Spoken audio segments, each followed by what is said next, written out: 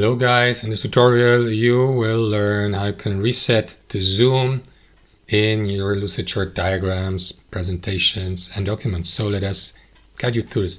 So guys, if you for example have been using the zoom feature by using your mouse wheel for example, and would like to return or reset to default zoom, you can do this by navigating to that main menu at the top by clicking into these three lines. Because as you can see, there is no, there is however that a zoom level here in the bottom right corner, so you can also use it here and select reset zoom or simply choose the percentage here. But if you like, you can do this through the main menu as well. Navigate to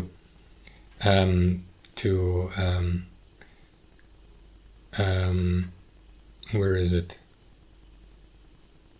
To view here, of course, and select reset zoom, or use the shortcut Ctrl G, or use that option in the bottom right. So let me do that.